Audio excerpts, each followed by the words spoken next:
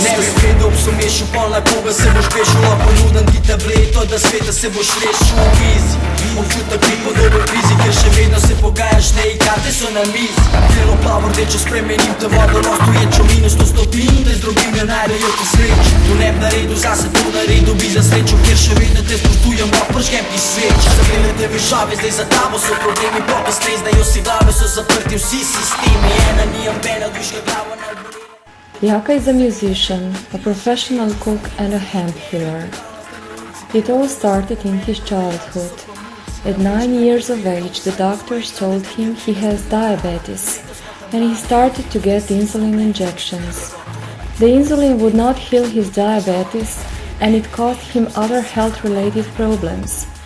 Later, the doctors told him he will lose his fertility, his eyesight, his arms, and his legs. At 13, he tried smoking hemp for the first time, but hasn't been using it regularly until he later found it helped to decrease his blood sugar. Years later, he saw the movie Run from the Cure by Rick Simpson, and he decided to try to heal himself and get rid of his insulin dependence with the help of hemp oil.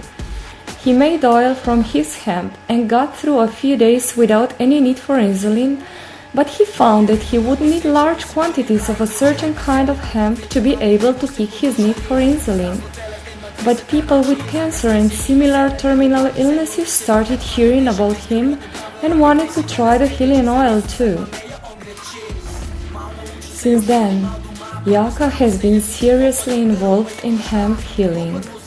He also contacted every possible governmental and non-governmental organization involved with hemp. He established the Slovenian Cannabis Social Club and communicated with the farmers who grow hemp for industrial purposes, with the Ministry for Health, with doctors, and even with the church. Together with Artists Association Pavilion, the Slovenian Cannabis Social Club wrote the law on hemp proposal, where hemp is treated as therapeutical plant with no harmful effects. Yaka hopes that the law proposal will get the support of the civilian society, which, by the constitution, is the lawful ruler of Slovenia and can overcome the status quo preferred by some politicians, companies and organizations. He raises high hopes on his info campaign. He is namely spreading information about hemp and the endocannabinoid system, which was discovered only in the late 80s. The EC system consists of cannabinoid receptors, the endocannabinoids, and all the factors involved in the synthesis and degradation of endocannabinoids. It was established at least 600 million years ago. The EC system has a slightly different function in vertebrates and in invertebrates.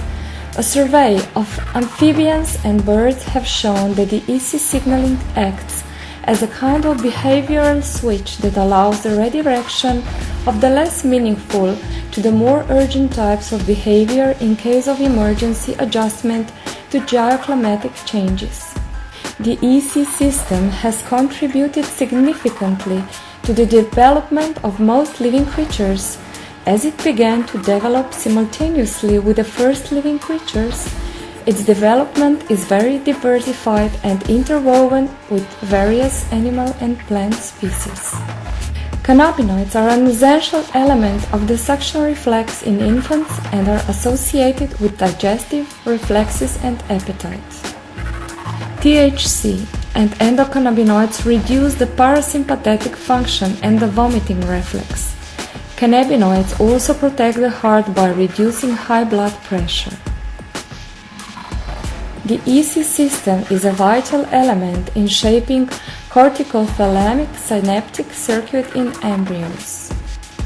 The use of hemp promotes neurogenesis, the formation and growth of new brain cells in hippocampus, which is related to anti-anxiolytic and antidepressant effects and the feeling of euphoria.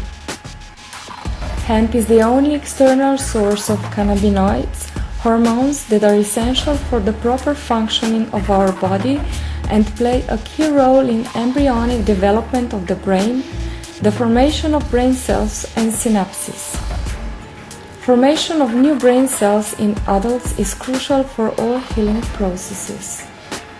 The cannabinoid receptors are condensed in the brain and spinal cord, but mostly in the hippocampus and amygdala and the cerebral cortex and pineal gland, especially in the frame of corticothalamic synaptic circuits responsible for awareness. The EC system is instrumental in shaping synaptic connections between the cerebral cortex and ganglia, which are responsible for targeted and reasonable behavior, while disruption of these connections are the cause of many mental disorders. Cannabinoids are responsible for the transmission of visual stimuli from the pineal gland to the cortex and also have an important role in recognizing and identifying visual impulses and pictures. The EC system is controlled by an electrical frequency of the pineal gland, thalamus, which is essential to maintain the balanced functioning of an organism, and disturbances in the electrical functioning of the pineal gland cause seizures. The EC system is involved in the functioning of the entire body. One of the tasks of endocannabinoids is the defense system against excitotoxicity. Disturbances in the EC system are reflected as different nerve diseases. Yaka has noticed that there are similarities of the endocannabinoid and the biophotonic system. The biophotonic system is namely our electromagnetic field, consisting of photons, weak wave particles of the visual spectrum. According to the energy theory, the photons are the building blocks of the universe, originating in times before there were any elements and any atoms. Photons have a remarkable ability to connect and form frequency nets. Their communication is instant, regardless of distances. Photons can also save information as memories. Large quantities of photons can be stored in crystals for unlimited time and activated later or transformed into another kind of energy. Both the ECS and the BPS are concentrated mainly in the brain and the spine, especially in the thalamus and the cortex. Photonic therapy has much milder, though similar effects as cannabis therapy, namely antidepression and neurogenesis. While the ESC is responsible for the short-term memory, the BPS is responsible for the long-term memory.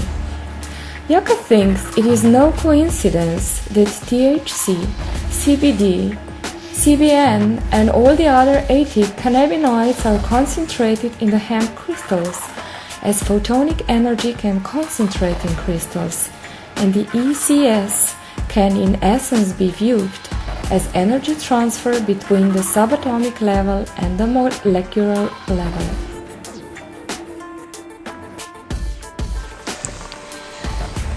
Anyway, Yaka has not much choice.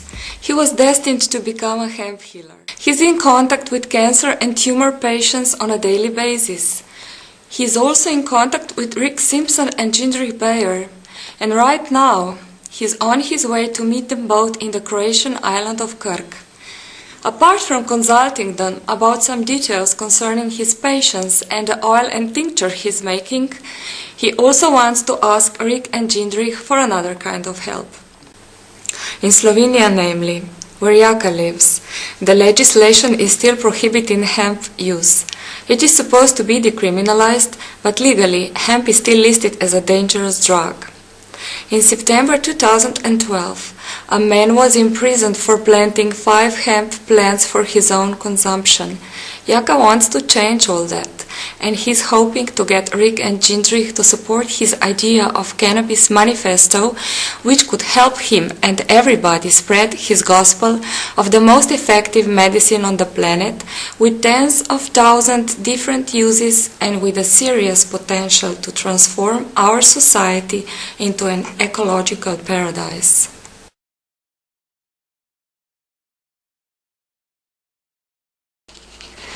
In Slovenian tradition, hemp has been a sacred plant since times immemorable. In Christian times, hemp was dedicated to Jesus Christ himself. In Slovenia and in Central Europe, hemp was traditionally seen as a protector of children and animals, for it made evil spirits powerless. And in modern times, similarly, it makes polluting industries unnecessary. Let hemp heal the world.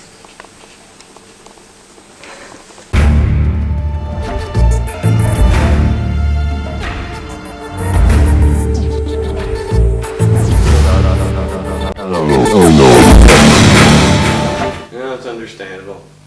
No, I know there was an outfit there, they offered me they wanted me to go to Thailand, and they were going to give me my own hospital and give me a doctorate, you know, and I told them to take their doctorate and shove it.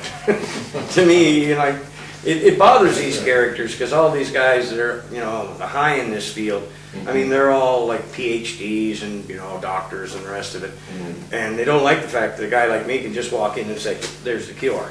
Well, it's too late, I did that, and I mean, everything I told the public was the absolute truth. So, well, you know what can any of these doctors say? But they don't like me being there, and they don't like me in the position I'm in.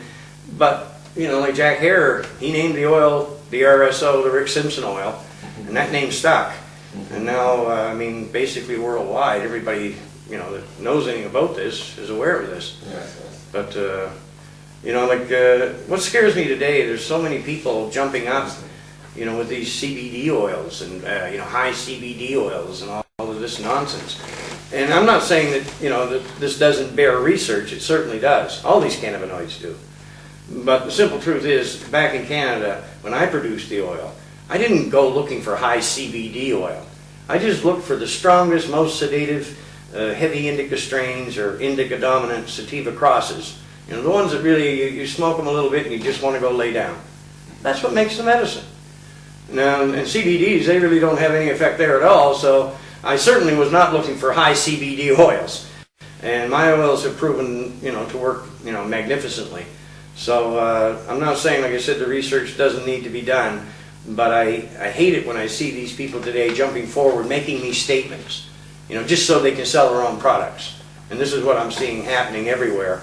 And there's, oh, I don't know, thousands of people out there now producing the oil. They're all calling it the Rick Simpson oil, you know, and we all the time, we get emails from people back in the States and in other countries, like, you know, I went to a dispensary and I bought your oil, or I went to a dealer and bought your oil, and it doesn't have the same effects that you're describing. Well, then I have the unpleasant task of sitting there and telling them that they've been robbed, you know, and that I have no affiliation with any of these people, and they're just using my damn name. And that doesn't make me too happy. I mean, we need standards and we need quality control put in place as quickly as possible so people know what they're getting. You know, this is what's wrong here right now. You know, and well, just the other night, there was a young woman came here. Her father was dying of cancer. And she had bought some Rick Simpson oil. And when she brought it in, she laid the tube down. As soon as I looked at the tube, I just looked at her. I said, that's not it. And what do you mean? She said, you never even looked at it. And I said, well, I can tell just by the color of it. And so we went out and we took a cigarette paper. And luckily we had a little bit of the real oil here. So Yendrich put 3 strips of the real oil on the paper. And then he put a strip on each side of the oil that she had bought. And we held it up, and he's got the video of it. We held it up, you know, and here's this nice 3 strips of the beautiful golden oil, and here's this 2 strips of tar. You know, black as tar, and who God knows what was in it. You know, and but this is what's happening everywhere. You know, a lot of these people were drug dealers in the past. So when this door opened, you know, oh, I can produce oil out of trash and I can still make a lot of money. There's a lot of them that didn't hesitate to do it. It's sad, and I have such a hard time understanding how anybody, you know, like when somebody comes to you and they're dying with cancer, I mean, they're literally putting their life in your hands. You know, save me. And how could anybody go out and produce a low quality oil and then hang my name on it, knowing that it's not going to be effective, and there's probably the patient's going to die? You know, they're just robbing these people. And I want to see that, you know, brought to an end. You know, medicine should not be about money. It should be about healing, and it should be about, you know, quality control and purity. And that's really where I want to take this in the future.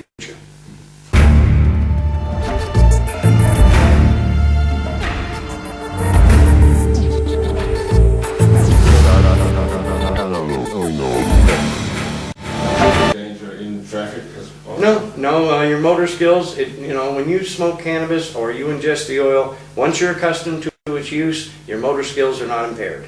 I mean, I drove motorcycles for years on this substance. As a matter of fact, it's the only time I drove the bike rationally, you know, because I was always an idiot that was a little hard on the, you know, like the speed.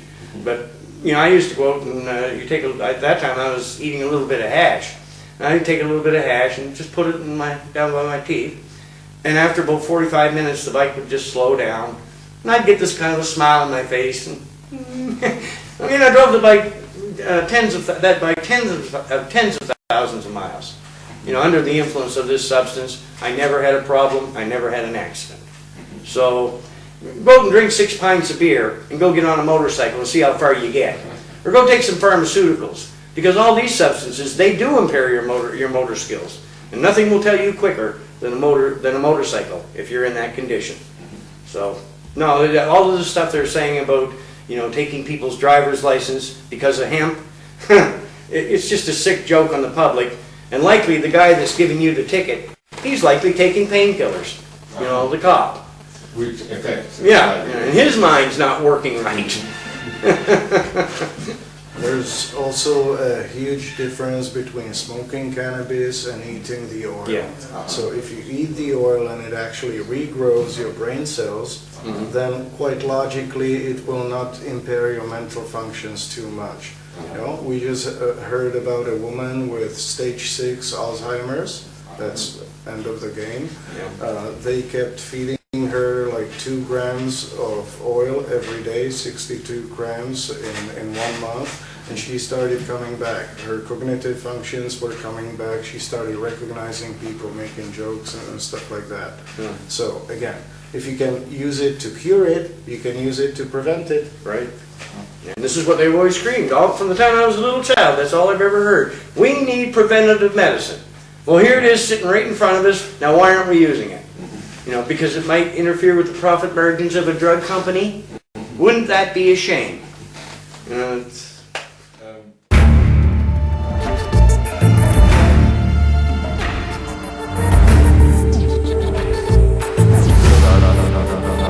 Mostly health and happiness. You know, for beginners, I tell beginners to start off with just as, like, well, if you have cancer and you came to me, it's a serious internal cancer, I would tell you to start off with little tiny doses, 3 times a day. You know, early in the morning, mid-afternoon, and about an hour before you go to bed.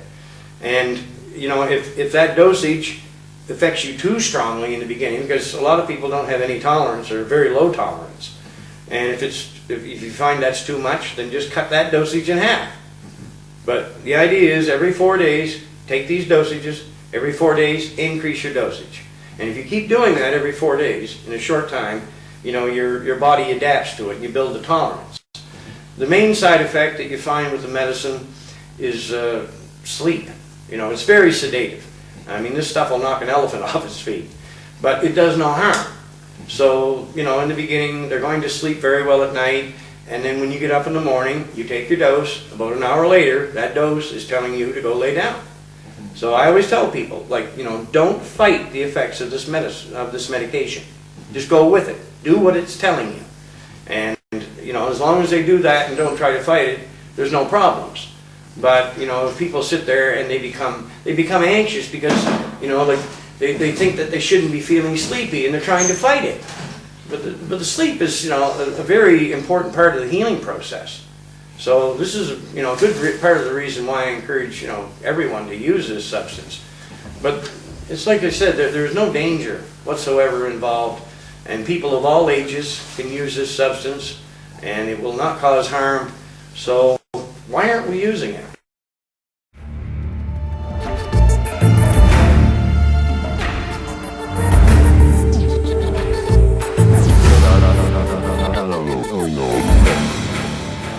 I mean, I've met a lot of people that wouldn't take this oil simply because it's illegal. You know, they believe, we can't go, we don't want to break the law and we can't go against our governments. Well, as long as you're going to behave that way, they're going to continue to kill you. Because, I mean, they're not providing real medicine and they know it. You know, these are the idiots that put these laws in place, you know, giving us this wonderful allopathic medicine from chemicals and poisons, and that's supposed to heal you. You know, to me, they just behave like a bunch of lunatics. You know, it's like our fathers and everything always told us, or parents. You know, my dad always said, the cure for everything is in nature. And he was right. And all these other little statements that we hear, like, you are what you eat. I mean, these statements hold water. I mean, the bottom line is, you are what you eat. And if you eat trash, well, you're not going to be very healthy. And on the pH of your body, you have to keep that right, because once the pH goes low and you start becoming more acidic, well, that's a breeding ground for cancer. The idea is to keep your pH up to a level where cancer cannot exist. So, you know, these are all just stupid little things that our doctors should all be telling us. But they won't talk about nutrition. They won't talk about anything like this.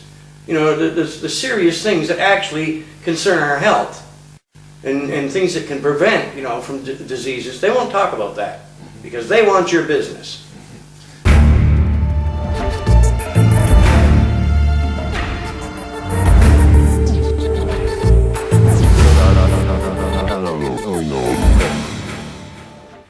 Industrial hemp, there are strains of industrial hemp that can make decent medicines. I've seen them.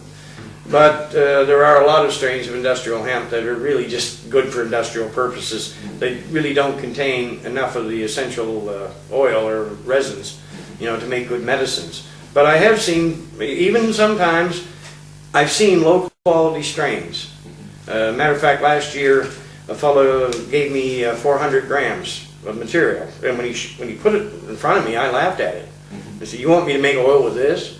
And he said, "Well, it's all I have." So anyway, we made it, and we only got, like, out of 400 grams of starting material, we only ended up with, I think it was 12 grams of oil. But like I said, that stuff would knock an elephant down. It was amazing how strong it was. So, you know, there's thousands of different varieties of hemp. They all have their own medicinal values. But you know, predominantly what I'm interested in is the heavy and strong medicinal strains. You know, that's where the medicine is. So I would like to just be able to go out and have the freedom to do the research, you know, to develop these strains even further, and maybe do some crossing, and then stabilize these strains, and then find out through a simple process of elimination what strains work the best on what conditions, or what mix of oils from different strains work the best. And in no time, since this substance is so safe, in no time we could be healing the public, and we could do the research that's required. There'd be nothing to it. To answer it, oils from industrial hemp could also successfully be used for some skin conditions. Yep. That's what we were using in hemp cosmetics, because we could not use anything else. But we know that the oil, if it's produced Rick's way from 20% THC, extremely sedative and potent, or more, we know that that works magnificently. So do we need to prove that lower quality oils might work sometimes also? We don't. We know that that's the stuff that you really want. If you only have industrial or something like that, use it for skin conditions, for beauty, that might be enough. If you don't have anything else, well, try eating it, but always look for the best quality material. Yeah. That's all there is. Well, I mean, it's really a no-brainer. I mean, if you had a loved one that was dying right now from cancer or something like that, you know, what are you going to do? Are you going to want to give them oils produced from a low-grade strain that's going to produce, you know, it may have medicinal values, but it's not strong medicinal values? Or are you going to want, you know, your loved one to take you know, oils that are made from the most sedative and most medicinal strains. Of course you're going to want the best. And this is what these people need. And if we were allowed to do this on a grand scale, we could grow these plants and produce this medicine for practically nothing. You know, and this is exactly what governments worldwide should be doing for their people. You know, kick the pharmaceutical companies in the ass and tell them to get lost.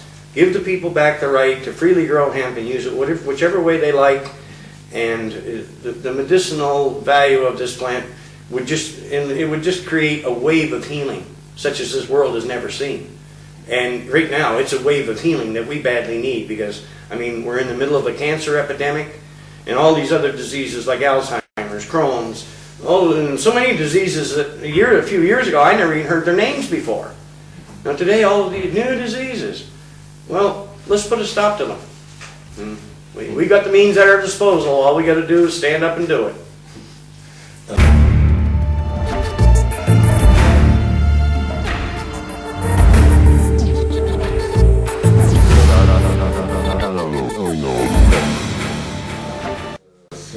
Synthetic versions like Marinol and Sativin is First-class garbage.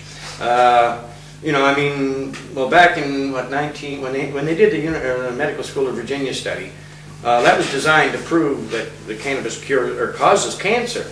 Instead, it proved just the opposite. So they shut the study down. Then the American government, I believe under Gerald Ford, when he was president, they went out and they confiscated all the medical studies they could from the universities, and then they passed all the rights to the research back to the pharmaceutical industry. And of course, the pharmaceutical industry's dream was to take the high out of it, you know. So that's the reason they started with all these stupid synthetic, like Marinol, Ravenol, all this garbage.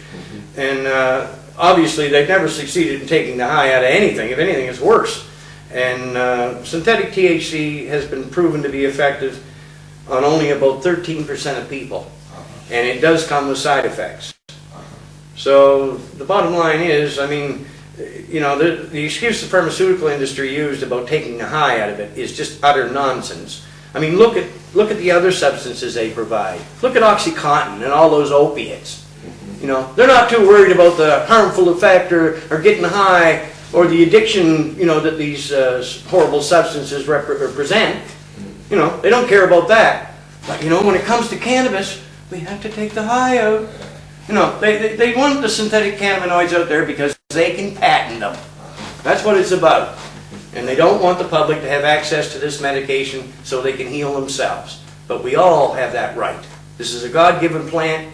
Anyone in this room, anywhere on this planet, you have the right to grow this plant and use it whatever way you like.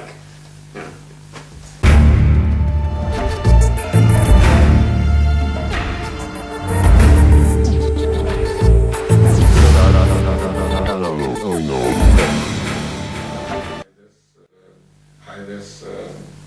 Cannabis developed. Well, highless cannabis would be, to me, you might as well go smoke grass, you know, or tree leaves. I mean, the high to me is part of the healing process. It's the high that makes you sleep. It's the high that kills your pain. So to me, only a lunatic would want to take the high out of this medicine, you know, because to me that would make it ineffective. You simply have to get used to the effects. And in a normal world, you would get used to that as a baby, you know, because your mother would be on the oil when she would be breastfeeding you, and then you would be getting the oil as medicine of first choice for basically anything. Because if you have a sore back or something like that, or eczema that kids have, what else do you want to put on them? Corticoids or a natural oil? Of course the oil. So then if you put it on the skin in such a quantity, of course it will go inside. And you want it inside, you know, because then it gets in and activates your endocannabinoid system, etc. So in a normal world, all of us would be used to the effects from early childhood. You get a cough or you get a cold. You just drink a cough syrup with the oil in it. Well, yes, you will get high, but what does your mother tell you when you get sick? Go to bed, right? Yeah. Because your body heals when you sleep, so actually you need the sleepy effects. You know? Well, another thing too people should be aware of, I mean, okay, sit here and look at us. Well, we just smoked some weed, didn't we? No, this is what we look like when we're high. This is what rational people, you know, who smoke pot, this is what they look like when they get high. Do we look like we present a danger to anyone? You know, can you imagine what this meeting would be like if we were sitting here and we were all drunk? Or we were all here high in pharmaceuticals? Can you imagine what this meeting would look like? You know, it just defies description. Common sense tells you, there it is, right in front of you. These guys just smoke pot. Do they present a danger? Could Rick Simpson drive a car? Oh, I think so.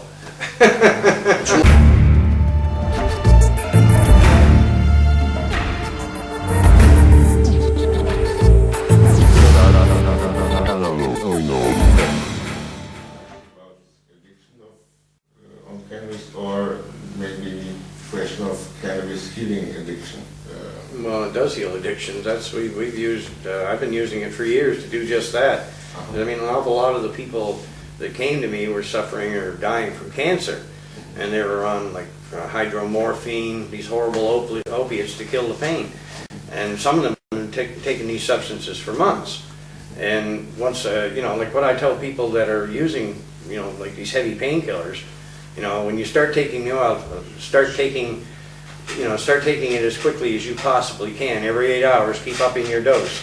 And usually what they do is they cut the pain medications in half when they begin taking the oil.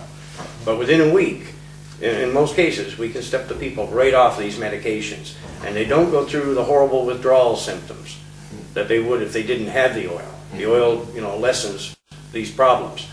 And, you know, like this whole nonsense about, you know, well, you know, they've been saying for years that cannabis hemp is a gateway drug. Well, yeah, but it's not the gateway they're talking about. It's a gateway back. It's a gateway back for all these people that are suffering from these horrible addictions that their doctors provided. You know, it's a gateway back for all these people.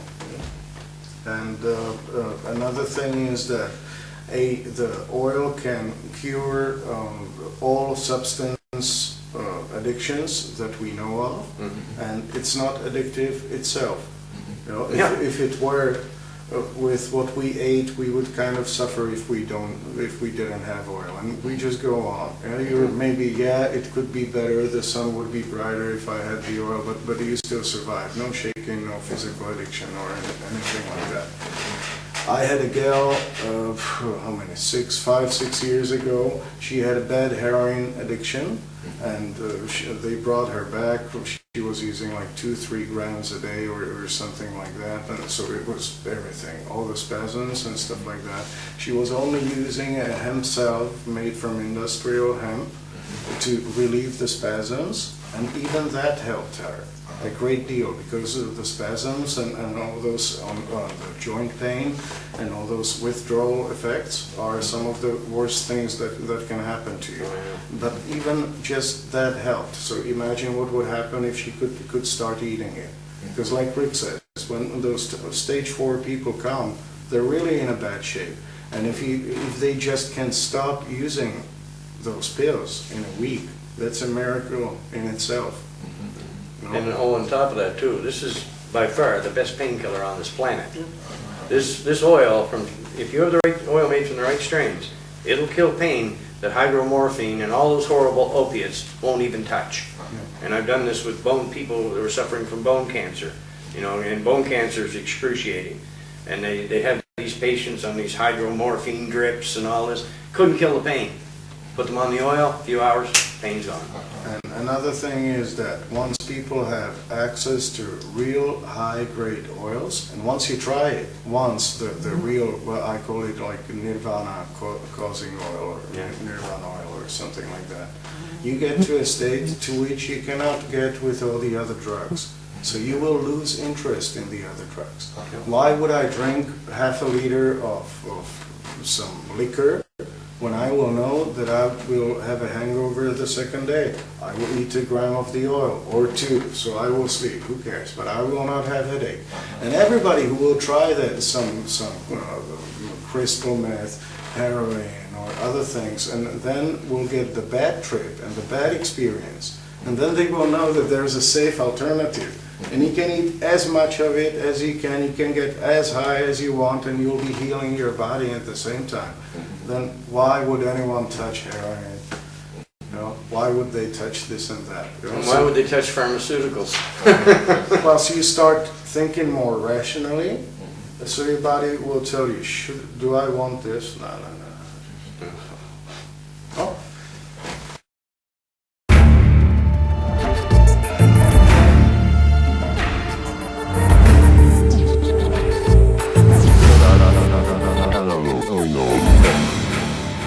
If you're caught with over 6 plants, automatic 6 months in jail. If you're caught making the oil, automatic year in jail. You know, I mean, well, the bottom line is Canada is being run by a tyrant named Stephen Harper. And it really doesn't make any difference. He's the prime minister right now, but it wouldn't make any difference what political party was in power, because they're all bought and paid for.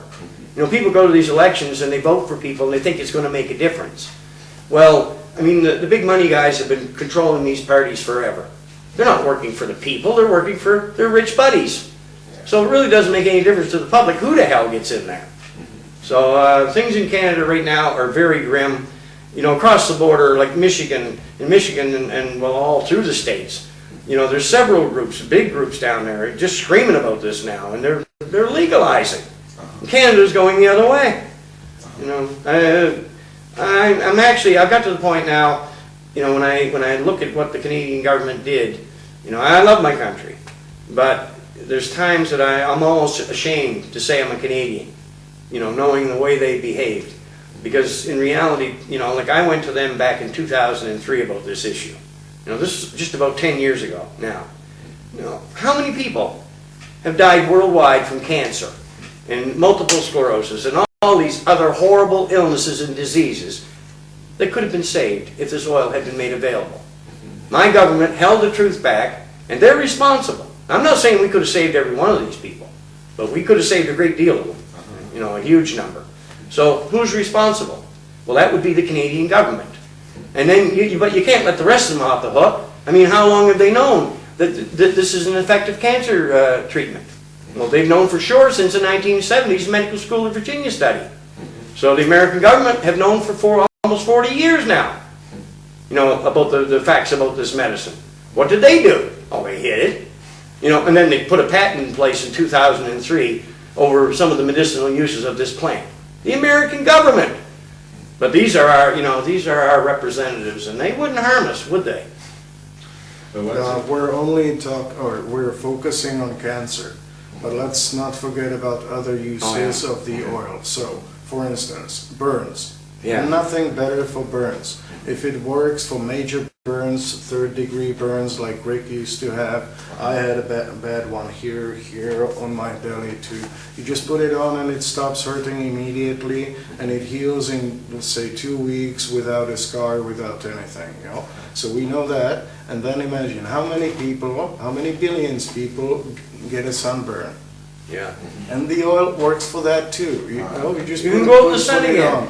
And you can stay in the sun much longer without a risk of developing skin cancer or something like that. So again, if you look at it from that perspective, it's not only cancer. You know, people think, oh, I'm not gonna cancer, I don't care if it's available or not.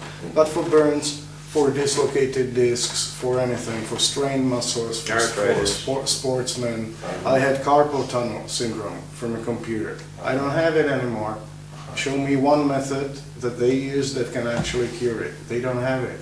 So would you rather have healthy tendons or not? I would. Now this is a big part of the problem with this medication, is people just can't get their heads around the fact that it's a cure-all.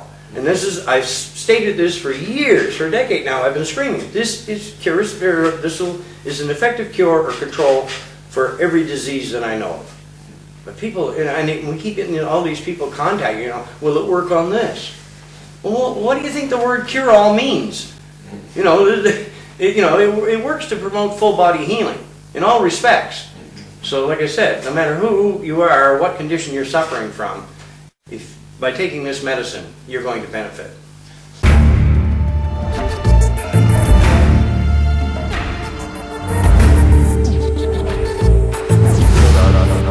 Hello. Well, so far, no changes, but they're about to accept a law, but it has not been passed completely and accepted yet, or they still need to do a little bit more on that. After that, medical use for some diagnoses will be allowed. Some research will be allowed, but for the next 2 years, I think they will not be able to grow it in the Czech Republic. So they will be buying it from Israel and Netherlands and wherever else, because they need to change some more laws to allow for that. But they took like the wrong approach, because they were scared that the law would not go through at all. So they just made it in a toothless version so that they would have to pass it. Okay, medical use under strict control in hospitals only. Well, can you say no? No, you can't. No? So that's how they do it. But the next step is to make sure that I can grow my own and you can grow your own, etc. And of course, they don't want to allow that yet. So they will be trying 5 plants, 6 plants, but in exchange we will come to your garden anytime we want. Okay, do you want it? Yeah. I don't. They should regulate it like tea. Yeah, they shouldn't regulate it at all. No, they have to regulate it like it has to meet food standards. It's a commodity like anything else. If you want to buy it in a store, Well, if it's being sold in a store. It should be mold-free and blah, blah, Well, blah. yeah, I agree, Yes. but if you're making this for yourself, Who cares? yeah, Who nobody cares? should bother you. Nobody comes to see what quality my carrots are. I would appreciate if they did, but they don't. So it has to be both ways. Yes, of course, in hospitals you want guaranteed quality, the best of the best, etc. But at the same time, you cannot restrict research. How am I to know that he will not develop the best strain for diabetes? That he will not develop the best strain for cancer? That I will not develop the best strain for ocular pressure? How are we to know it? And we need to have gardeners and everyone, so that they would start playing with it. And I cross this, and then they will be like they have apple competitions. I grew the best apples. So they will be, I grew the best hemp. And then over some time, with the help of the state, because the state should provide facilities for testing and this and that. Okay, produce your own. We have no problem with that, but send us a sample. And the second day you will get an email with the test result, and we will make sure that you don't have any pesticides, herbicides, molds, solvent residue, or something like that. We will invest the money into this testing so that everybody who needs it, so that he could get a test as quickly as possible. Because that's harm prevention at its best. You want to sell the oil? Okay, but you have to know that the people will send it and will get it tested. And they will have the results tomorrow. So do you want to sell them trash or the best oil? No, simple.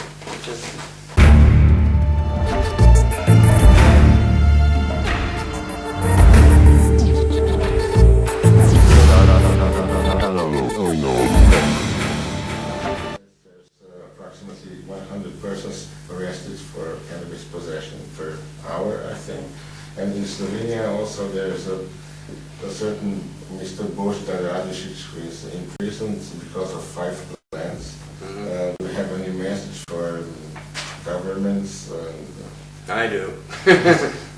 I mean, last year when I was in Slovenia, within about a week and a half of my arrival, 2 out of the 3 political parties in that country said they were backing the use of this medicine. And just recently, not too long after the Hemp Congress was held, I heard that Božidar had been arrested for possession of 4 or 5 plants. And Božidar is one of the biggest activists, in Slovenia. And I was horrified when I heard, that they had arrested him. And then, I mean, since Božidar is a true believer, and I mean, he's fighting for this, he's staged this hunger strike. And I would like the Slovenian government to know that if something happens to Božidar, I'll never forgive them. And I'll haunt them right to the day they die over this issue. I mean, this government, those same parties last year that said they backed me, Well, one of those two parties are now in power there. So if you want to back me, you better start doing it and let Bozo out of jail. When we were at the World Hemp Congress in Slovenia, I was contacted by about 30 to 40 people who desperately needed the medicine the day when I met them. So Slovenia has these patients too. This medicine works for everyone, regardless of your age, sex, or race. So yes, you need the medicine too. It's quite simple. You know, so the sooner Slovenia and their government realize that yes, it's a fact. You know, let's do some more research. If it tests cancer, okay, but it works for burns, it works for this, okay, you know, so why not? They don't have a rational reason that they could use to not give you access to it, and it's criminal negligence at its best, and they will be held accountable for it. It's as simple as that. We don't want revenge, but sorry, you have been told you didn't act, so here it is. Go. And we do need to have the research performed, but it needs to be performed by people who are honest and then who will bring the public the truth. I mean, all of these researchers for decades, they've known about this, and they've kept it hidden along with the governments. So how much trust can we put in these people? You know, at least somebody like me will bring the public the truth. And that's what we need. You know, operating on deceptions and lies, that doesn't work too well. I think they should do research with those maybe 10 to 20 questionable diagnoses that we don't know. We don't know if the oil will cure rabies. We think it will. High doses of it won't, most likely will, but we haven't tried it yet. We don't have rabies ourselves, so how are we to test it? You know? So if they do research on those 10, 20 diagnoses and find out if it does or not, I'm okay with that. But there's 20,000, 50,000, 100,000 other conditions that the oil is already known for. If there's an inflammation involved in the condition, the oil will help. Of course, greatest anti-inflammatory on the planet. If there's pain, the oil will remove it. Okay, what else do you need? Inflammation and pain gone. Huh? The oil will even stop a toothache. Patient happy. That's a nice thing. Just put it on.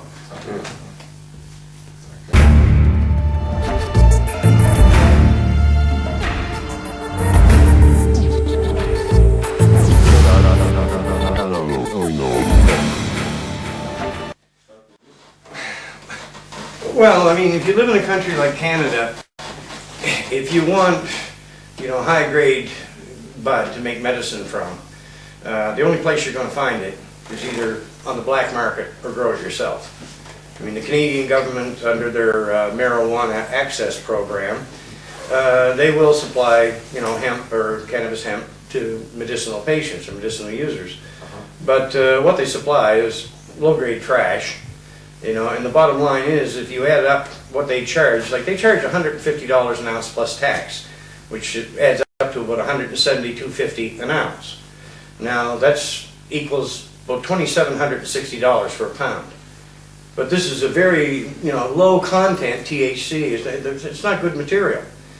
So when you take that price into consideration, and knowing that I can go back home and go to a drug dealer, local drug dealers, and buy the very best hemp bud, a pound of it, for $2,400, then if you want to make good medicine, you better go to the drug dealer or grow the plants yourself. But I mean, what the Canadian government is doing is really little more than a scam, and it helps with the smoke screen, you know, to keep telling the public, and through their news media, which they control too. The people that run the governments and everything control the news media. Well, they make these government policies look good, but in truth, it's just a pack of lies, you know, and they're not really helping anyone. So I honestly look at the governments like the one in Canada as being, you know, if you're looking for a drug dealer, well, look no further than the Canadian government. They're selling low quality drugs at a very high price. And I really should make it clear too to people that I don't feel that cannabis should even be called a drug. It's a medicine, as far as I'm concerned. I mean, we use that word in the medical system. You know, all the doctors, they all use drugs. And the same thing when you go on the street. You know, people are using drugs, you know, to get high or whatever. Well, they're all using drugs. You know, but these substances are all harmful and dangerous. Well, cannabis hemp isn't harmful, nor is it dangerous. So why are we calling cannabis hemp a drug? Shouldn't we be calling it a medicine? You know, and that's what it truly is. And then you have to change the whole perspective, because most of the initiatives in Colorado and Washington now are for people 21 and older. Yeah. Okay, you're 16 and you have diabetes and what? Yeah. So you can't use it. Your kid is 6 months old, has a brain tumor, and you can't give it to the kid. That's simply idiotic. You know, so the medicine, everybody needs access to it. It should be unlimited and preferably wherever available at as many places as possible.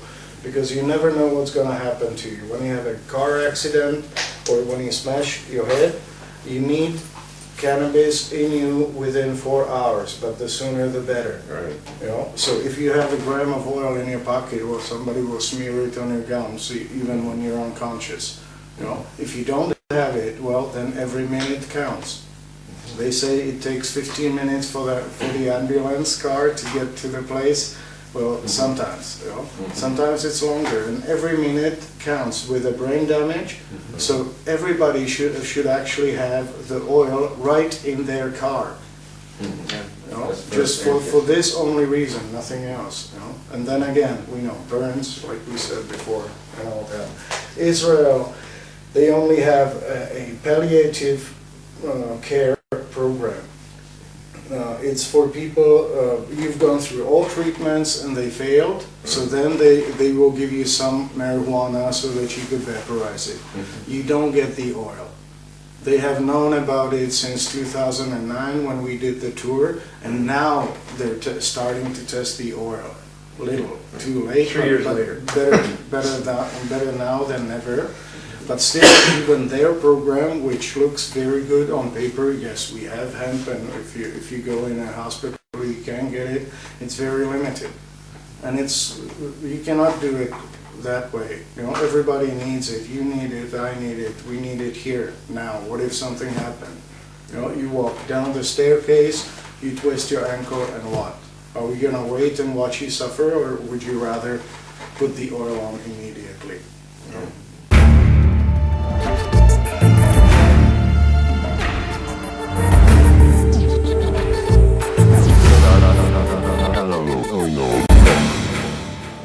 Canadian marijuana program is a smokescreen. How come the government does not have a real interest in reducing the black market? Actually, if it would be legalized totally, then there would be no black market.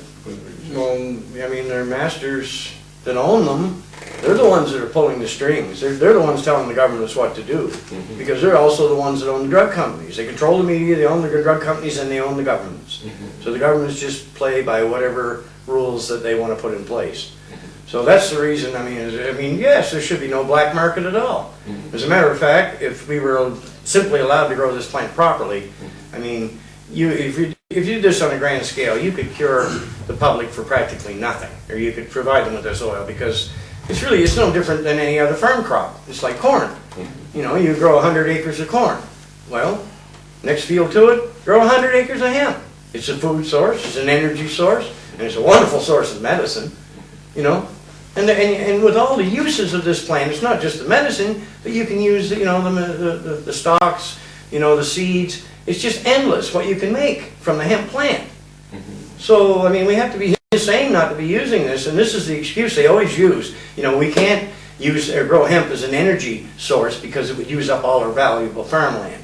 Well, that's nonsense, because it is a wonderful food crop, and at the same time, I mean, you can produce your ethanol from it to run your car, heat your home. 1 acre will produce, and I've seen the process myself, 1 acre, if grown properly, will produce as much as 1,800 gallons of ethanol, which will run your car, heat your home, and give you a few hundred gallons left a year left over.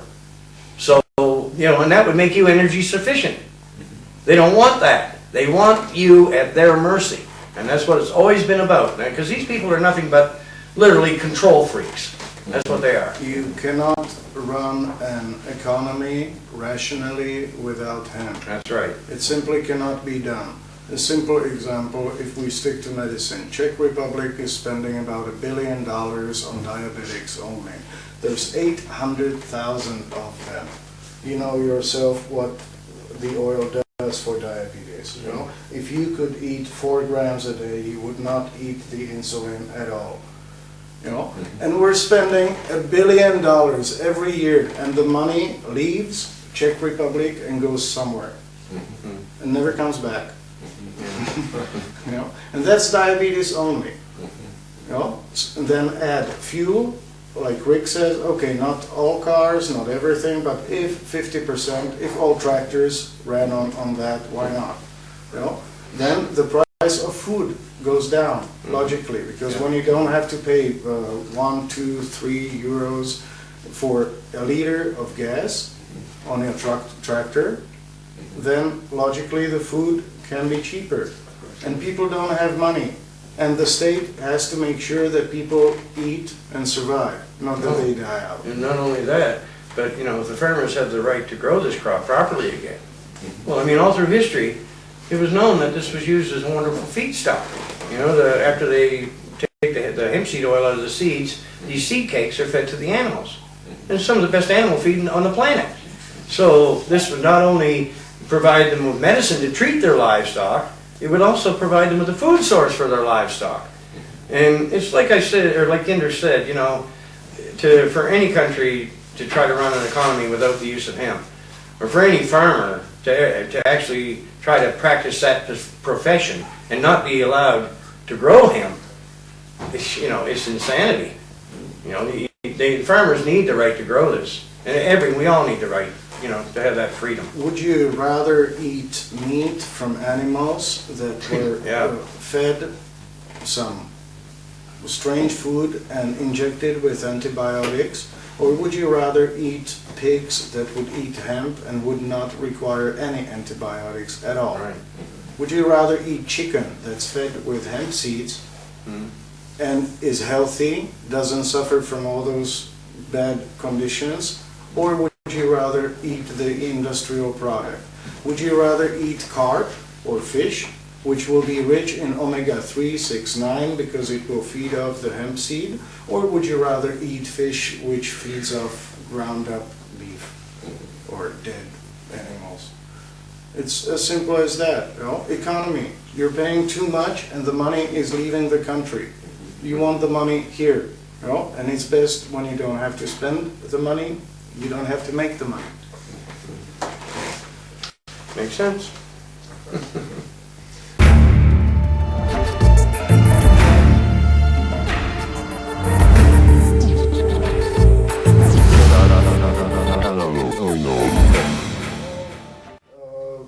All nations, all economies 70 years ago and before were basically hemp-based. Yeah. Or hemp was used as clothing. You will find that in all cultures from Egypt on. Yeah, they used to pay their taxes with it. The farmers paid their taxes with hemp in the U.S. And hemp seed porridge was a traditional meal. 150 years ago, most people ate porridges. But it was called gruel. Gruel. You know, eat your gruel. Well, your gruel was actually hemp seed. The most nutritious food on earth. So it all makes sense. And then lamp oil. That was hemp seed oil because it's the healthiest thing. Of course, if you burn hemp seed oil because it shines better than anything else, then it's kind of better to be in that room than when you boil a petroleum product, doesn't it? Like kerosene, you know, you get all that smoke. So all of that, it was always used. They used to treat tuberculosis in Czech Republic with that hemp seed porridge only. You know? So, like, what else? What else would you like to give to a suffering patient on a hospital bed? Something that's easy to digest, something that will give him all the nutrients or all the nutrition, so minerals he needs, all omega-3, 6, 9, or something else that he will have a problem chewing, you know?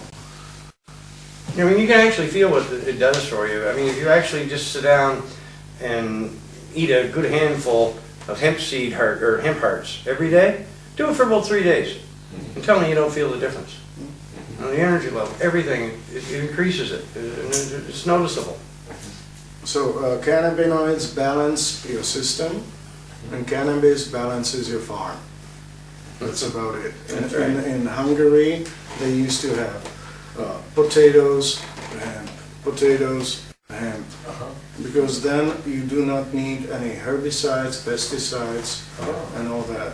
Plus, another thing that's good to know is that when you make the oil, the plant is so smart that it does not let any pesticides, herbicides, heavy metals, molds, or something enter the resin. So if you use ether or naphtha or 99% isopropyl, but preferably naphtha or benzene, techničky benzene, here then you don't strip the plant materials. And if you don't have plant materials in the oil, then you don't have herbicides, pesticides, heavy metals, molds, or Leave anything the else. toxins behind. So you can basically process anything you want for the oil. And plus there's other ways to purify the oil. You have a barrel of oil that you need to purify, so you go to a chemist and he finds a way to make sure that there's absolutely nothing in it. And that's how you do it. So that way you don't actually need to grow medical marijuana in greenhouses under controlled conditions only, and you can grow it out in the field. If you know that you're going to make the oil from it, well, who cares? You know, if you know that it's for smoking, then of course, roof, you know, to protect it from the rain and this and that. But why not smoke the oil? It's better. Yeah. One puff from a vaporizer, and that's all a patient needs. So why not? And there's often a controversy about this. You know, like indoor growers like to believe that their hemp is the strongest in the world. But I don't know, from my experience, I've grown indoors and outdoors. I've bought hundreds, if not thousands of pounds of hemp, and I've sampled it from all different places. But the strongest hemp I've ever seen, was grown outdoors. And if you have a good grow year and the sun cooperates and you get good rain, and of course you got to put the more work you put into the plant, the better the results. Hemp loves water, and if you kind of mother the plants a bit more, you can see the difference. But from my experience, the best comes from outdoors. But you can still use the indoor strains or indoor grown hemp that's grown indoors to heal diseases. But with me, I'm always looking for the most potent. And the outdoors, so far, that's what I found. We're now in Croatia. Look at the sun. Yeah. Would we The climate you would have we here. get better hemp outdoor or indoor? Well, In Croatia, probably outdoor. probably outdoor. Yes. Both are good. We have produced medicine from indoor too. In Czech Republic, for some time, we were only making it from indoor because at that time it was much better quality than what we could find outdoor. But in an ideal situation, of course, outdoor would be better because it's more pleasant to smoke it. So when it's more pleasant to smoke it, it will produce a more pleasant medicine. Plus the energy of the sun, it stays there. We don't know much about that, but the energy still stays there, and it also makes a huge difference. And that's also back to when you were asking about synthetic versus natural. Well, it may be the same molecule, but is it the same atoms? Yes, I doubt it. it can be in different reactions. Plus atoms are 99.999999% nothing. So, well, there will be some differences. We don't know much about it. We cannot really measure it. But everybody knows that natural is better for humans than synthetic. So that's all you need to know. Well, when it comes to regulating this substance, I don't feel any regulation should be put in place.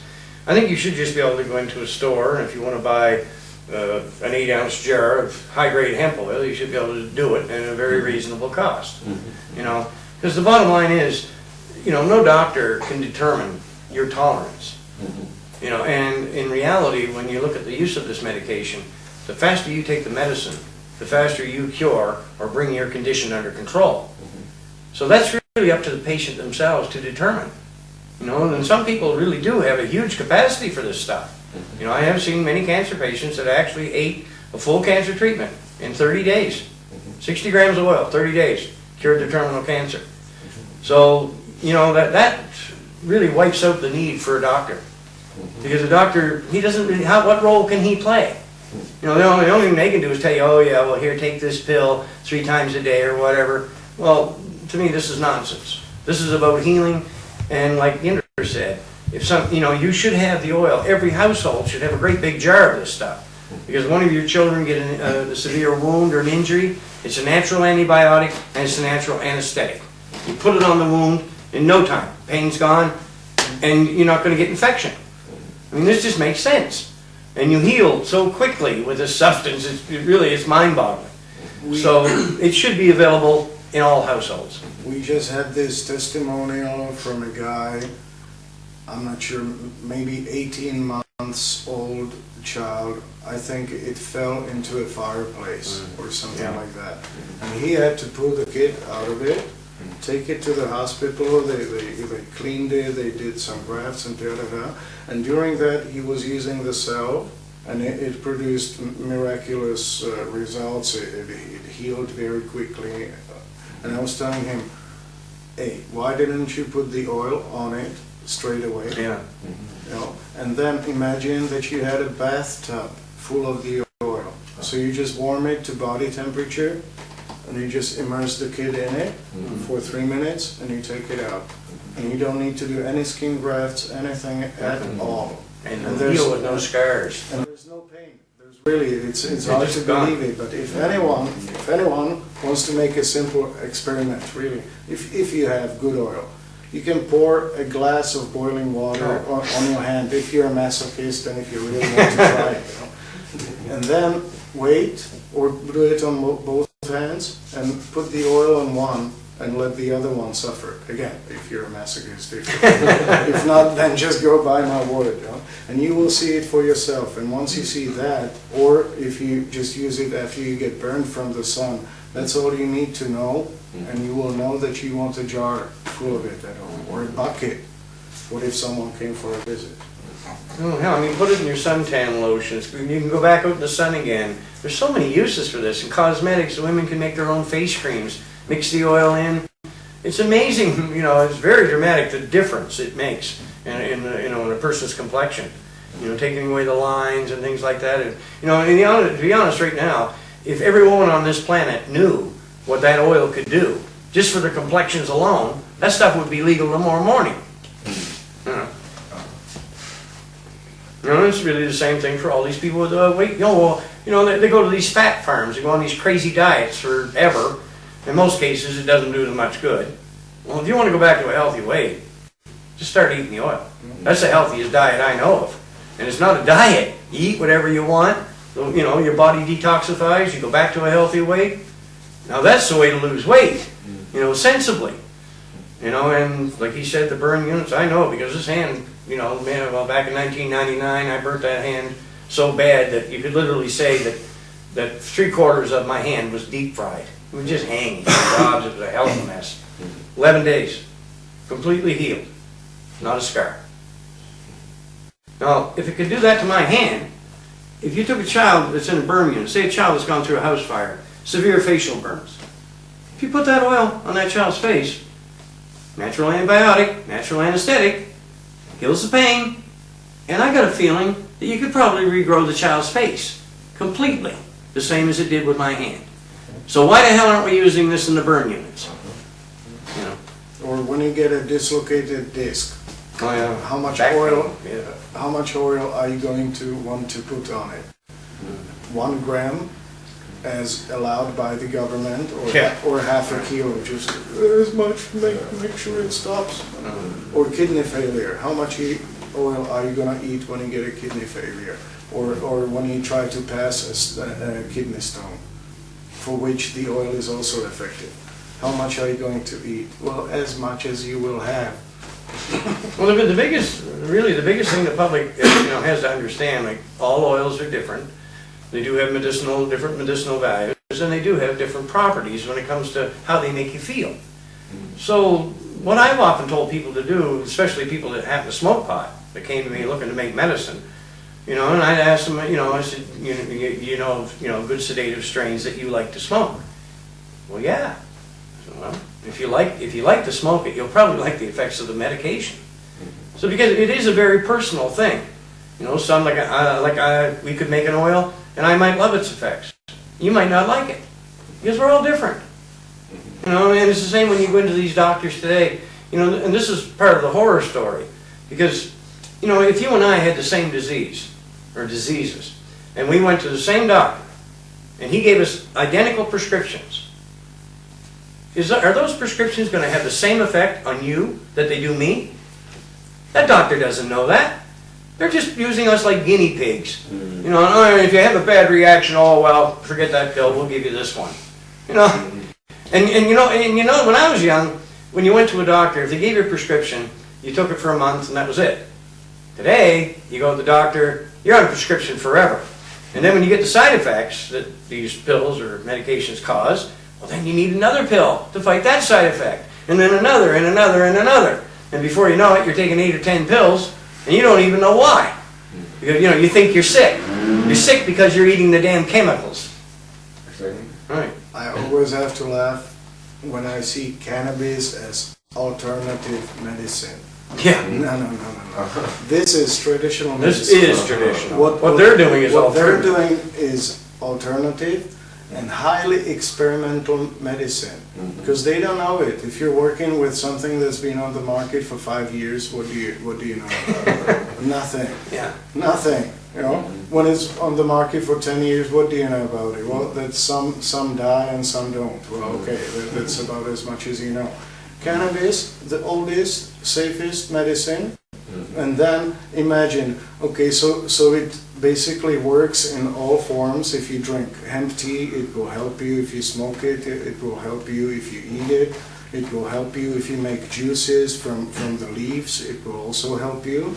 And then you take the resin, which is the most effective, and then you boil it over, you know, to decarboxylate it, to remove the group so that it could pass the blood-brain barrier, and you got a cure which regulates your endocannabinoid system, which, as we know now, basically regulates immune system and everything else. Because changes in endocannabinoid system were reported for practically every illness known to man. So when you know this, then how do I get endocannabinoid system back into normal and back into function? Well, by supplying the resin. And if I know that the resin is the most efficient and effective, well, that's what I want. Do I want to prove that other forms of medicine might also help sometimes? Well, I don't need that. I want the best, you know. And this is what we should study and focus the research on the best only. And then, if you want to isolate CBD and play with it alone, well, go ahead. If you find enough people who will go for it, I don't care. But give them the oil first. You know?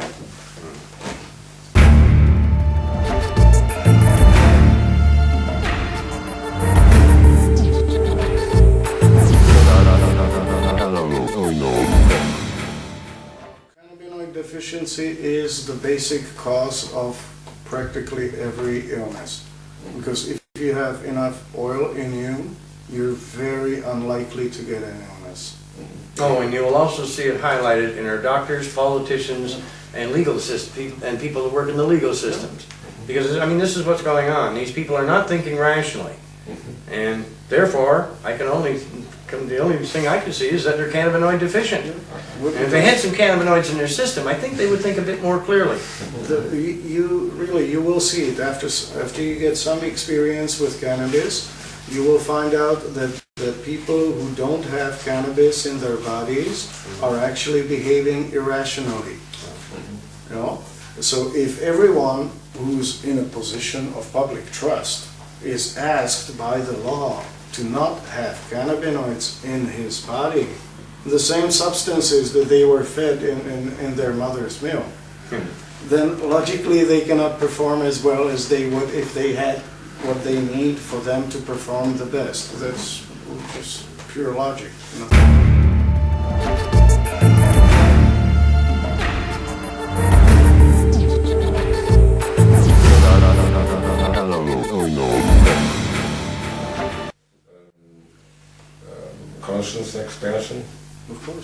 course. Well, it does expand the consciousness because you start questioning things and you start looking into things and finding out the truth for yourself. You know, so yeah, it's definitely mind expanding, but in a good way. You know, not in a harmful way. Like I said, I tried that one oil and it gave me a feeling of a nirvana in about 15 minutes. You know, everything I ever read about in books about yoga and the highest levels of that, that was it. That was that feeling. So did it expand my consciousness? Yes, it did, because I know how to get in that state. I just need to find the right substance, and then I can get to that state almost any time I want. And would I rather be in a nirvana than something else? Well, I would go for nirvana myself. And then once you get to that nirvana, then you know that there's no competition, we're all one, I'm your another yourself in Lakesh and all that. Then you logically want to be in that condition, and you just wish that everyone could experience that. Because if they had the chance to experience that, they would probably not be fighting so much. They would behave slightly differently than they do. So again, if children start using this medicine for their colds, eczema, and all that, there will be a change in the society. And this is how cannabis will change it. Well, not a change much for the better. I mean, when you look at what's going on today worldwide, we live in a drug-addicted civilization. Everywhere you go, everybody's popping pills. You know, maybe they have a prescription, but these pills are addictive and dangerous in many cases. So they're all on drugs. You know, and then you got other people out there punishing themselves with, the real hard drugs like, well, the crystal meth and crack cocaine. But in reality, when you look at the number of people that actually die, from the use of illicit drugs, over 80% of the people that are dying from overdoses of drugs, they're dying from pharmaceuticals. They're not dying from the crack cocaine. But the way I look at this, we could, if we would simply use this plant properly, produce the oils, make them available, we could basically eliminate the use of all of these harmful substances.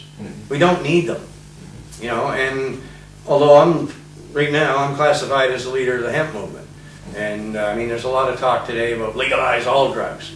Well, no, I don't feel that way. Matter of fact, I would not want to see many of these horrible, pharmaceuticals made available so anybody could just go try them. These are dangerous substances, and I don't want my children exposed to them. Expose them to all the hemp you want, because then I know at least they're not going to be harmed. But when it comes to these chemicals and poisons, no thank you. And I think we should all look at that, look at this issue the same way. The way I look at it, if it's natural, I'm pretty much okay with it. Yes, of course, the use of highly concentrated opium or highly concentrated coca leaves should not be promoted so much. But again, if you give people coca leaves, 90% of them will just stick to coca leaves and they will not need cocaine. If you give people opium, which is basically the same alkaloid as cannabis, then again they will not want heroin. And if on top of all that they will have the oil, then how many of them will go for something else, and why would they? Yes, you will want to drink your coca leaves because for highness, altitude problems and stuff like that, just like it has been done traditionally in South America. They just drink it as medicine. And I would like to drink it too, because if you have asthma or something like that, it can also help you. And why should not farmers in South America be allowed to grow a plant which has been grown there for thousands of years? That's also nonsense. So there's other ways to regulate it. With the oil, you have basically nothing to worry about, because any addiction that you can find, the oil will help you out of it. And if you use the drug and the oil later on to get some sleep, then you will minimize the harm done and all that. And even if you have a problem from injecting drugs, well, if you injected a drug and put some oil right on it, well, you would not have abscesses, you would not have these problems. So again, there's ways to do that, and without hemp, no drug policy makes sense. Give them hemp, and yes, of course, use the police forces you have now and send them to pharmacies, and make sure that pharmacies do not sell anything that could potentially harm the patient or the health of anyone. Yeah, please do that. We need that. You know, and so over the years too, I have run across a few patients, you know, that said that when it come to getting high on hemp, they felt that they were addicted to it. And you know, and I said, you know, how could you be addicted to this substance? You know, and they'll fight it and they'll say, oh well, I am. You know, but I said, no, this don't make sense, because you can't be addicted to a substance that's not addictive. And what really, you know, there are people that definitely overuse hemp. They smoke too damn much of it. But these are the same type of people that also drink too much coffee, drink too much beer. You know, it's a psychological addiction. It's not a physical addiction. When you're addicted to, you know, the opiates that the pharmaceutical industry supplies, they take a brain scan, you can see the addiction. You smoke hemp, you can't. There's no damage. So that it's a totally different ballgame. There might be a little bit of like physical addiction to smoking, to the act of sucking on that, you know, but that can be easily overcome. We had jars of oil, and if we had jars of cocaine or heroin or something else, I really doubt that we would just pass around that table 50 times a day without touching it. You just take as much as you need, and then you just say, oh, no, thank you.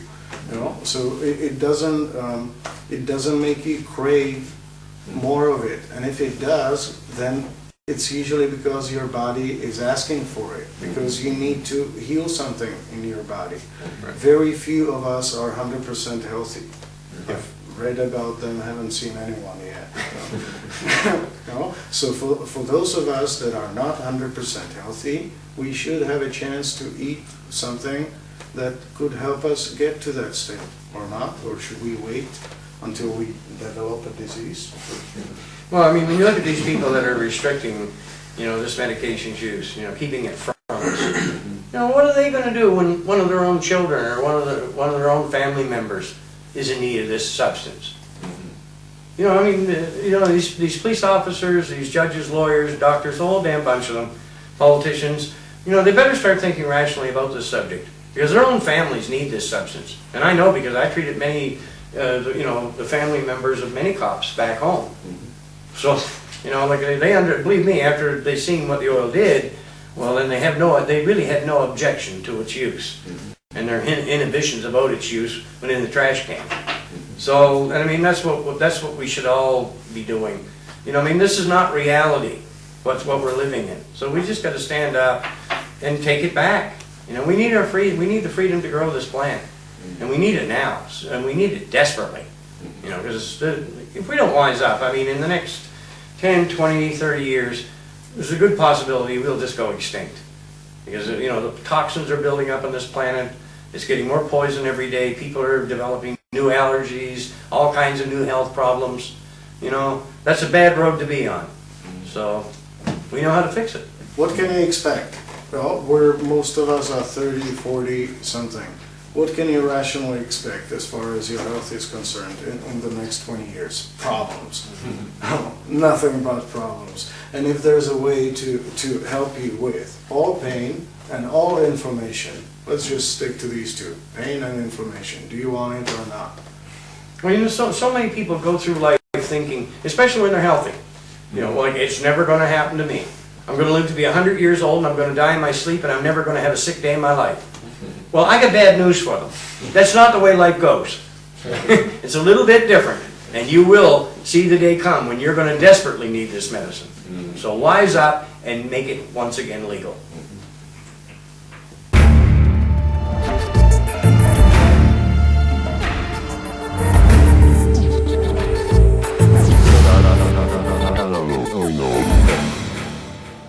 Which would be so useful and health beneficial as No, there's no other plant on earth that even begins to compare with this plant, you know, in all aspects, really, because, you know, like, this plant can detoxify the earth.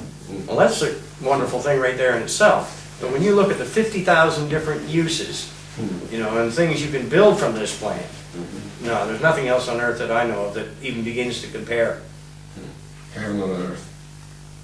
Well, Could be done. Could be done. it is, you simply cannot run an economy in a rational manner without hemp, like I said before. Well, we need a hemp-based economy. Our economy right now is based on fossil fuels and madness. Yeah, yeah. You know, if we would actually go out and get, you know, grow the hemp on a grand scale, get all these hemp-based industries going everywhere, get people back on the land, very soon we would have a hemp-based economy, a sustainable economy. Very important. Right. An economy which would not cost too much to run. You know, and if people are self-sufficient, okay, the supplies of wheat for this year are limited, but we still have hemp seed. And when we eat the oil, we eat a third of what we would eat anyway. So then all of a sudden the country needs to produce 1/3 of food that they would need normally. And all of a sudden you find out that you do not need any large-scale operations, that really if people eat 1/3 in this village, then local farmers can supply them with what they produce. And that we do not need to raise beef in Argentina, then have it travel to China to be processed into a can and sold to me in Czech Republic. Why? You know, local farmers regulate, you keep the money there, Right. and that's how you build the economy. Not that you take money and you take a half of it for medicine, another half for mobile phones, and the half of the remaining half for energy, and all of that leaves your country, and you're left with 10% of what you were supposed to work with. How do you want to do that? Would you rather, as a politician, keep the money there in one place or not? And it's another thing these politicians should be doing something about is all this damn microwave radiation. You know, the problem is, I mean, you can't see it, but, you know, these microwaves are traveling through our bodies even as we're sitting here. You know, we have no control over it, and in time, and actually these microwaves do harm to the body. I mean, they don't kill you in a month, because if they did, they would be outlawed. But it takes about 30, maybe 20, 30 years before it has this bad, harmful effect on you. But why are we allowing them to bombard us with this? And You know, prohibiting cannabis. You know, like, you know, I know cell phones are very convenient, but they're very unhealthy. And unfortunately, that goes for our computers too. But there are ways you can shield yourself and things, they're coming up with things today. But, you know, when you look at animal life, and you look at, well, all human life on this planet, I mean, we are all being assaulted by these microwave transmissions. And I think that they actually should find a better way or put a stop to it completely and stop doing this harm. But it's not likely that they will. We will not likely get rid of all bad technology which might have a bad impact on our health. But we know that we can prevent it ourselves by eating the oil. So a gram of the oil and then go sit in front of a computer. You know? But without it, it might be dangerous. But if you have the oil in you, 50% of the risk maybe, you know, is gone. And you're regrowing your brain cells at the same time, and muscles. Okay, you know. We'll use the word with hemp. Well, even these cops, you know, you see the radios they wear. You know, it's like, go like this, you know, looks idiotic. But military use them, same thing. No, these governments that supply their military and police officers with these units, they know that they cause cancer. They've been they're used, I think, in 37 different countries now. And the governments are doing these long-term studies. You know, I mean, you're not supposed to be harmed, or you're not. Nobody is supposed to put you directly in harm's way. But these governments are putting their own police officers and military personnel in harm's way by doing this. They know that it's causing cancer, and they're just sitting there watching it happen. And if you refuse to use these radios, guess what? You're fired. You know, so. You know,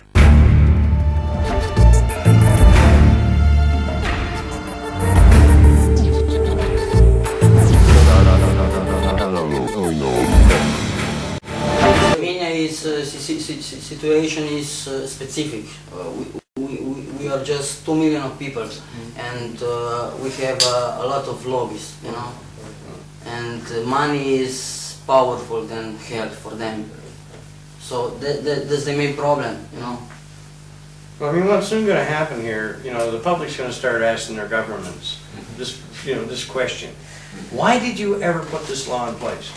When you look at these countries like Croatia, Slovenia, why is there a law against hemp? Did your governments ever do a study?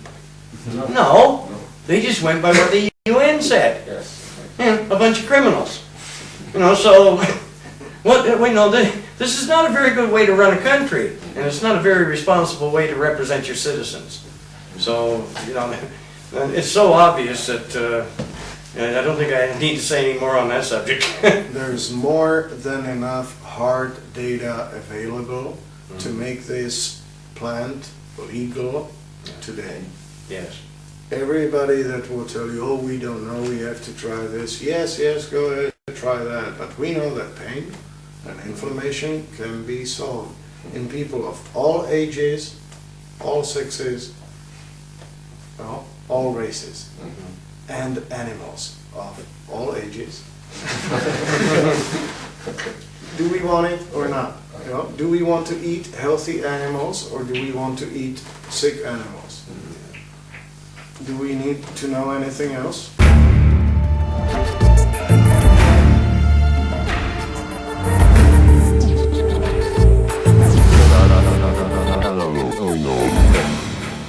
Take my son, one of my children's life, I'll take their goddamn life. I ain't no pacifist when it comes to that. You kill one of my kids, good chance the same thing's going to happen to you. You know, but these doctors do it every day. They're killing people left and right, and and we're doing what, you know, we're just following our regulations. Well, it's quite a goddamn set of regulations they got. Yeah. You know, they don't even practice medicine. You know, like 2 and 2 are 4. Hippocratic Oath. Read it. That's medicine. Look what they practice. They don't practice their own oath. You know, they give us chemicals and poisons. That's not medicine. You know, it says right in the Hippocratic Oath, first do no harm. First thing it says. And then later on you get down in there and it goes on about, you know, I shall not administer poisons. Well, look what these guys are doing. And they call themselves doctors. Yeah, right. Well, if they're doctors, I'm a damn astronaut. You know, this is just beyond. It's truly frightening. And admitted 12 years ago that it's non-addictive. And all through history, you know, this has always been known that this plant is not addictive in any way. And then she turned around and she said, well, THC has killed someone. And I looked at her, I said, show me. And she get this funny look in her face. She said, well, it was a synthetic cannabinoid. I said, yeah, a synthetic cannabinoid might just kill you. But show me someone that has died from the real cannabinoids from the plants.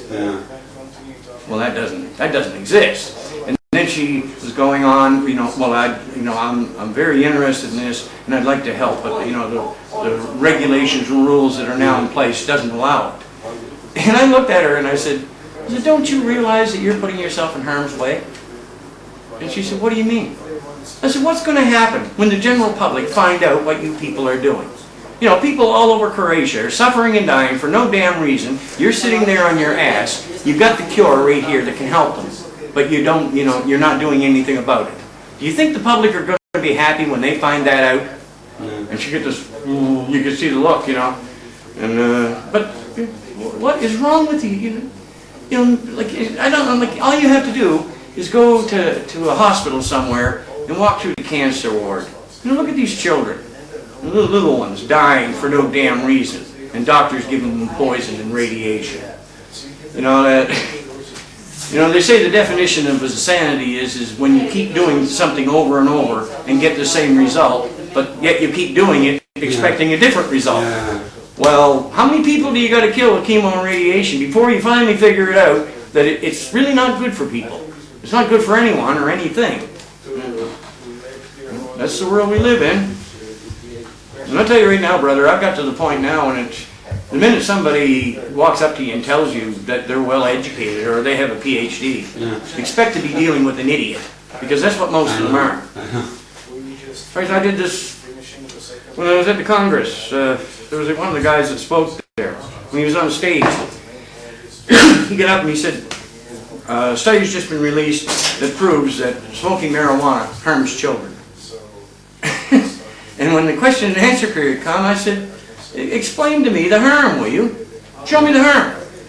And he said, well, he just tried to avoid the subject. He said, this is, the study has been done and that's it, da, da, da. So a little bit later, I got him outside. And I looked at him and I said, all right. I said, you know who I am now? I said, now tell me the harm. And he looked at me, he said, oh, well, you're from Canada.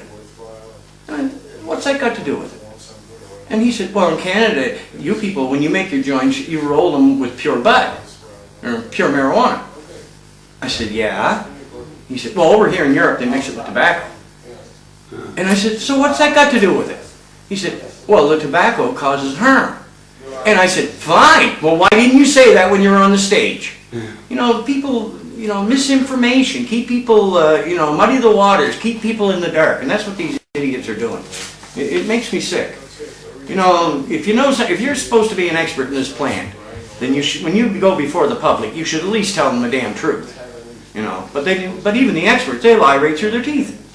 And why is it somebody like me, a power engineer with a grade 8 education, with a brain injury, who has to bring this out? Well, where are all these other researchers, all these wonderful medical experts? They're all bought and paid for, the whole damn bunch of them, because in reality, most of these people, they could only be classified basically as psychopaths. Because that's what a psychopath does. They like to put people under their control and harm them and manipulate them. And that's exactly what these doctors, the legal system, our politicians, they're all doing the same thing to us. So they're nothing but a pack of psychopaths. And we're letting them run the planet. Good idea. Well, if that ain't the shits, man, I don't know what is. It just goes on. I thought, Christ, 10 years ago when I started, bringing all this out, I thought in a matter of 6 months, it would be all out, and people would be using the medicine. The governments would accept it. And man, what a shock to the system when I found out, everywhere you go, the Canadian Cancer Society, the United Nations, your own government, and all the parties, you go to all these people, the news and television information shows, and nobody will go near this with a 10-foot pole. So what's wrong here? I guess they'd all just sooner believe that marijuana is some kind of evil substance. Let hemp heal the world.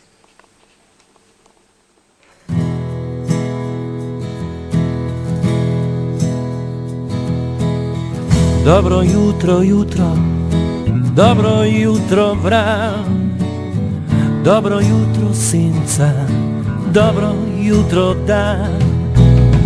Dobro jutro sonce, dobro jutro kmet, dobro jutro kamen, dobro jutro svet, spet je nov dan,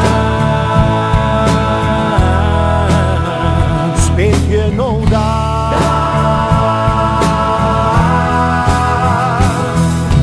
Hej, naj se le zgodi, vse kar se nikdar ni. Hej, bo dober dan. Hej, naj se le prižge, vse znova spet začne. Hej, naj bo dober dan. Dobro jutro steza, dobro jutro pot, dobro jutro cesta, dobro jutro plot. Dobro jutro reka, dobro jutro splav, dobro jutro splava, bi me čez peljal, spet je nov dan, spet je nov dan.